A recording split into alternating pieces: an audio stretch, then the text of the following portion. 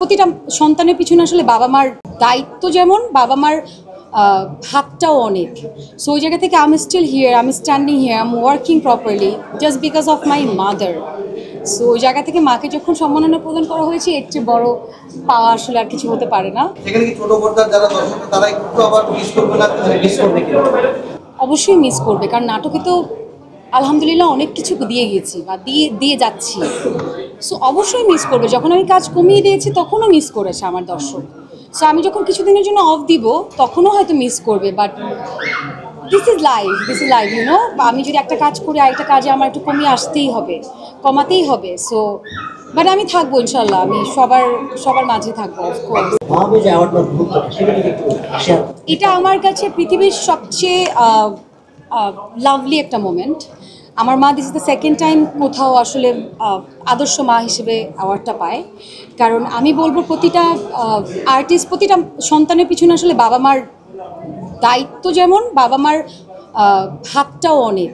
So ওই জায়গা থেকে I am still here, I am standing here, I am working properly just because of my mother. So ওই জায়গা থেকে মাকে যখন সম্মাননা প্রদান করা হয়েছে, এর চেয়ে বড় পাওয়া আসলে আর কিছু হতে পারে না। So I am so happy. So এটাই, আমার জন্য সবাই দোয়া করবে।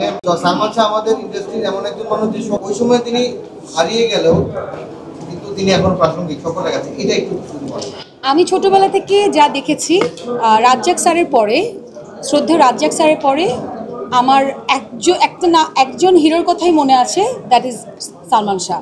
সো তার জন্য তো অবশ্যই অনেক কি বলবো, অনেক সম্মান, অনেক পছন্দ, ভালো লাগা সবার আছে।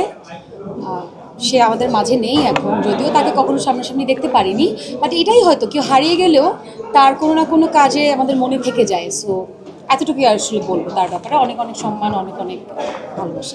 আপনার নাচকর্মী হাইলাইট জন্য এই শক্তির সিক্রেটটা কি, মানে এত এক্সপ্রেশন বা স্টেপগুলো একটু ডিটেইলিং থাকে? See I love to dance. হ্যাঁ, আমি তো নাচের মেয়ে।